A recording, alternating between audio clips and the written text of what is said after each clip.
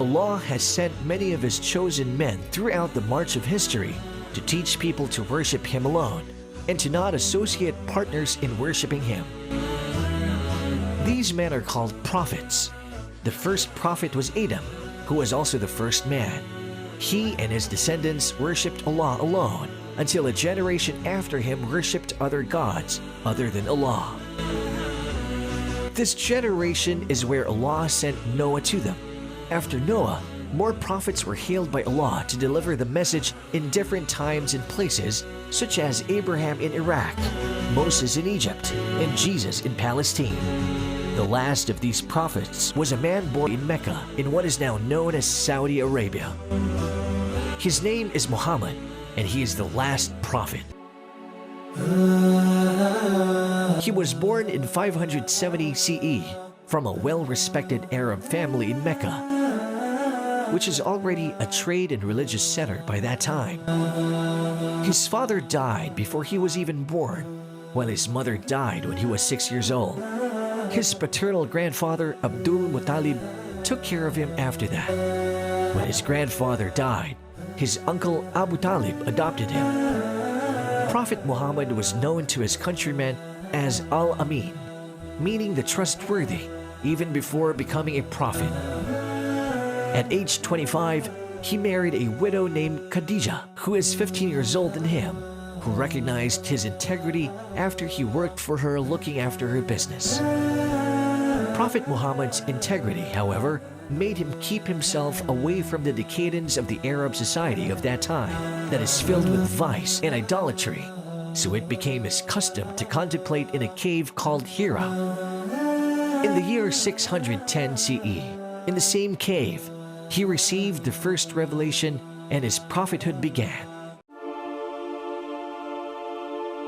Archangel Gabriel himself delivered the message.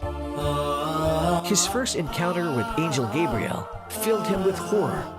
Angel Gabriel appeared to him and told him to recite, but he promptly replied that he does not know how to read. Prophet Muhammad's inability to read and write is proof that he did not make up or compose the Quran out of his own, but it is instead a revelation from the Lord of mankind. The first meeting with Angel Gabriel led to the revelation of the first verses of the Quran. He is filled with unbelief as he fled from the scene, but his wife comforted him and brought him to her cousin Waraka, who was a Christian and is knowledgeable in the scriptures, and told him that the one who visited him is none other than Angel Gabriel, who is tasked in delivering the message to the prophets. Prophet Muhammad's message is the same message as that of Noah, Abraham, Moses, David, Jesus, and all other prophets.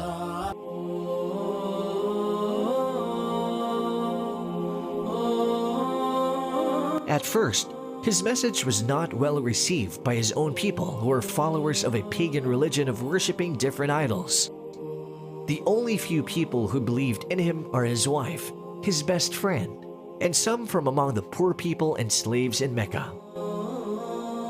After a few years, some prominent people from Mecca embraced Islam, such as Omar bin al-Khattab and his uncle Hamza bin Abdul Muttalib, which led to them enjoying some form of honor and protection.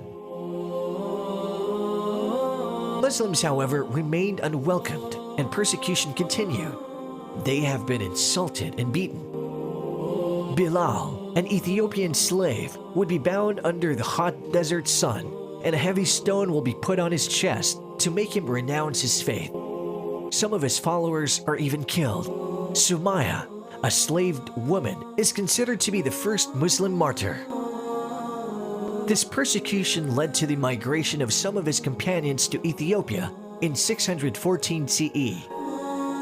Adding insult to injury, the pagans of Mecca tried to persuade Prophet Muhammad by offering him kingship and other worldly offers, as if to bribe him. But Prophet Muhammad promptly denied all these, as his message is beyond all forms of material or worldly gains, which intensified the religious persecution. In is surprising to note that some non-Muslims supported Prophet Muhammad and protected him, especially his uncle Abu Talib. His uncle and some non-Muslim relatives even suffered with Prophet Muhammad when they were subjected to a boycott where they cannot sell or buy anything while being confined to a small valley in Mecca. They chose to remain by their beloved relative despite the religious difference in order to protect him with their lives. The embargo was only lifted when non-Muslims in Mecca protested, and they eventually found out that the document ordering this have been eaten by insects, rendering it null and void.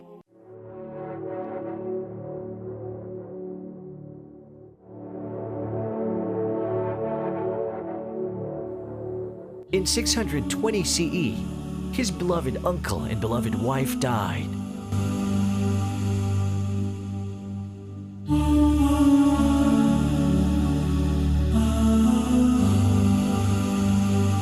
In the same year, he traveled to a nearby city, Taif, but was met with the same amount of hostility, and he was forced to flee from it while he is bleeding when he was stoned by the people.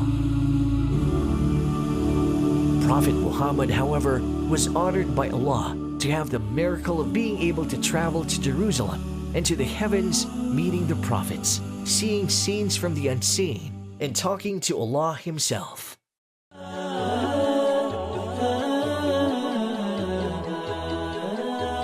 An order to finally migrate to Medina was given in 623 CE. Upon migrating to Medina, he built a Muslim government and invited more people towards Islam. His enemies in Mecca, which asked the assistance of the other Arab tribes, battled against Muslims. The first battle between the Muslims and the pagan Meccans is in 624 CE, where 300 Muslims fought against more than 1,000 well-armed pagan army. These battles resulted in Muslim triumphs, which led to the eventual conquest of Mecca, where Prophet Muhammad showed his magnanimity by granting amnesty to the people of Mecca, who used to oppress him and the Muslim. This event led to more people entering Islam.